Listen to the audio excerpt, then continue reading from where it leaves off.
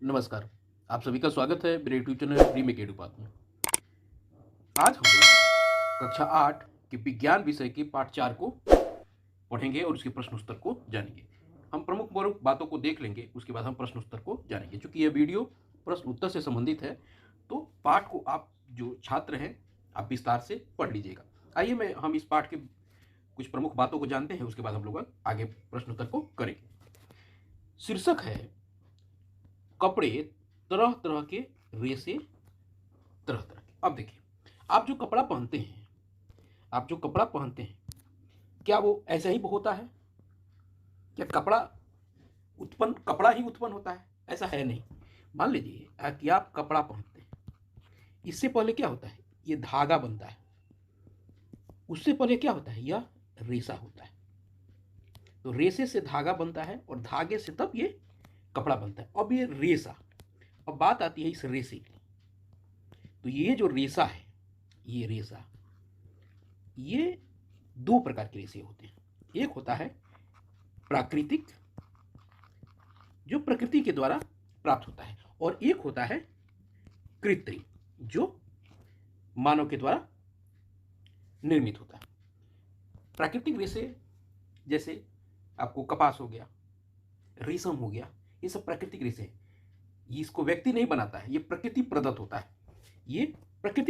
है। ये जो रेशा हमने अभी जाना, ये दो प्रकार के जो होते हैं, एक प्राकृतिक और एक होता है कृत्रिम। और इसी को हम क्या कहते हैं? इसी को संश्लेषित रेशा कहते हैं, इसी को, कृत्रिम वाले को। तो इस पाठ में इन रेशों को बारे में जाना गया है।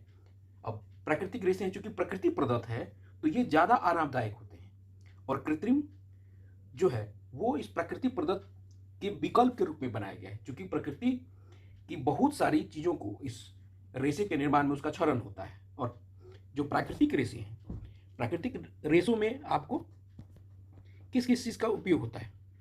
प्राकृतिक रेशों में आपको पेड़ पौधों, जानवरों आदि के उपयोग से इन सब चीजों का निर्माण होता है। अब जानवर कैसे? अब देखिए, जानवर में जीव जंतु जो आते हैं, जो रेशम के कीड़े होते हैं, उनका उपयोग होता है। उसके बाद भेड़ से ऊन निकलते हैं, वहाँ जानवर का प्रयोग हो गया। तो बहुत पेड़ पौधे से आपको कपास, ये सब चीज़ें सूती बनते हैं, वहाँ उपयोग होता है। तो इसी प्राकृतिक की जगह कृत्रिम की विकल्प सामने लेके आया गया, और जिसमें बहुत सारी चीज़ें होती हैं कृत्रिम। उसी को विस्तार से इस पाठ में पढ़ना है। और इसमें यह भी बताया गया है कि प्राकृतिक आरामदेह क्यों होते हैं, कृत्रिम थोड़ा सा आरामदेह क्यों नहीं होता है। अब देखिए, आपको कृत्रिम में आपको पूरे इसमें रेशे और कपड़े की कहानी बताई गई है, कई सारे छोटे छोटे उदाहरणों द्वारा। अब इसमें हम आपको रियान के बारे में पढ़ेंगे, नायलॉन के बारे में पढ़ेंगे, पॉलिस्टर के बारे में पढ़ेंगे, एक्रेलिक के बारे में पढ़ेंगे। ये सारे के सारे, जैसे यहाँ देखिए रियान, आपको यहाँ रियान हो गया, उसके आगे आपको नायलॉन। यहाँ एक बात निकल के आई है, 1946 में भारत में रियान का पहला कारखाना केरल में स्थापित हुआ था। रियान के बाद आप इसको विस्तार से आप जरूर पढ़ लेंगे। नायलॉन है, आपको नायलॉन की रस्सी आपने सुना होगा ना, नायलॉन की रस्सी, पैराशूट और जो रस्सी होता है पर्वतों पे चढ़ने के लिए, वो सब नायलॉन के बने होते हैं, ये बहुत मजबूत होते हैं। आपको पॉलिस्टर हुआ, जिसमें प्लास्टिक का उपयोग होता है। एक्रेलिक, जिसमें ऊन, कंबल, इन सब चीज़ों में एक्रेलिक का उपयोग होता है। ये उस भेड़ से ऊन जो प्राप्त किए जाते हैं, उसका विकल्प एक्रेलिक है। तो इन सब चीज़ों को आप विस्तार से पढ़ लीजिएगा। आइए हम आगे बढ़ते हैं। इस पाठ में हमने कुछ चीज़ें मुख्य रूप से इसमें हम जानेंगे। वो क्या है? वो है कि आपको मुख्य रूप से रेशे दो प्रकार के हैं, प्राकृतिक रेशे और संश्लेषित रेशे, हमने अभी बताया है। अब देखिए, रासायनिक क्रियाओं द्वारा बने रेशों को संश्लेषित रेशा कहते हैं। यानी कृत्रिम कुछ रासायनिक प्रक्रियाओं से गुजर कर जो रेशा तैयार होता है वो संश्लेषित रेशा होता है। उसके आगे है, रेशे की पहचान मुख्यतः निम्नलिखित विधि द्वारा की जाती है। किस विधि द्वारा? बाह्यकृति, सूक्ष्मदर्शी, दहन, धागा तोड़, वस्त्र फाड़, सिलवट, धूप में सुखाने इत्यादि का परीक्षण करके रेशों की जांच हो सकती है। अब देखिए, 1946 में भारत में रियान का पहला कारखाना केरल में स्थापित किया गया। अभी हमने तत्काल देखा था। अब देखिए, रियान सेल्यूलोज के रासायनिक क्रियाओं द्वारा प्राप्त होता है। किसके? सेल्यूलोज के। उसके बाद नायलॉन पहला पूर्णतः संश्लेषित रूप से बना रेशा है कौन? नायलॉन। संश्लेषित रेशे, जो भी संश्लेषित रेशे होते हैं वो अद्वितीय गुण धर्मों वाले होते हैं जो इन्हें परिधान सामग्री हेतु लोकप्रिय बनाता है। चलिए, रिक्त स्थानों की पूर्ति कीजिए। अब पहला क्या है? संश्लेषित रेशे डैश अथवा डैश रेशे भी कहलाते हैं।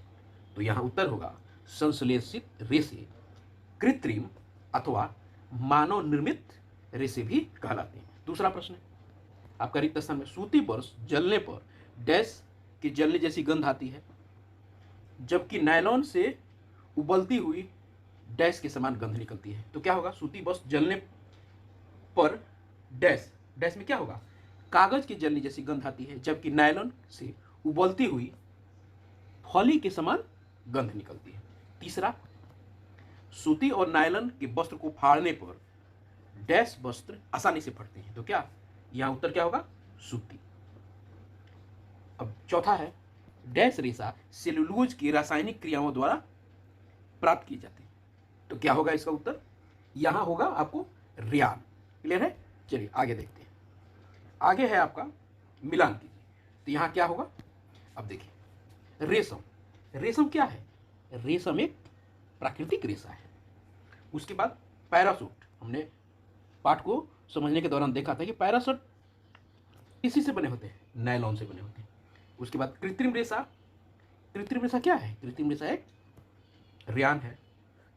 टेरोलिन। टेरोलिन क्या है? टेरोलिन एक संश्लेषित रेशा है। ये है आपको मिलान का। आगे है इन प्रश्नों के उत्तर 3, 4, 5, 6, 7, 8, 9।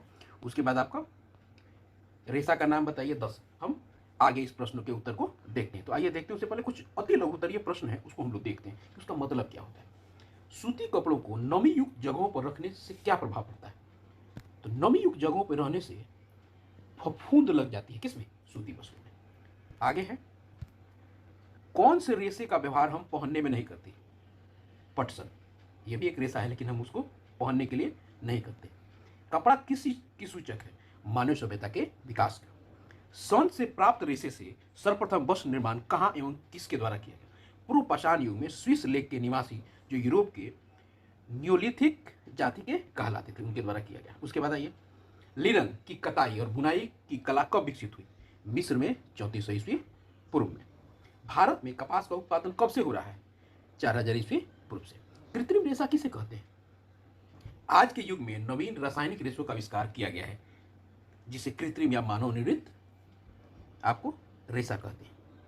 क्लियर है? नायलॉन। नायलॉन पहला पूर्ण रूप से संश्लेषित रेशा है जो किसी प्राकृतिक कच्चे माल का उपयोग किए बिना बनाया गया। नायलॉन का निर्माण किन चीजों से होता है? तो कोयला, जल एवं वायु से यह बनता है। यह रेशा मजबूत, लचीला और हल्का होता है। टेरिलीन क्या है?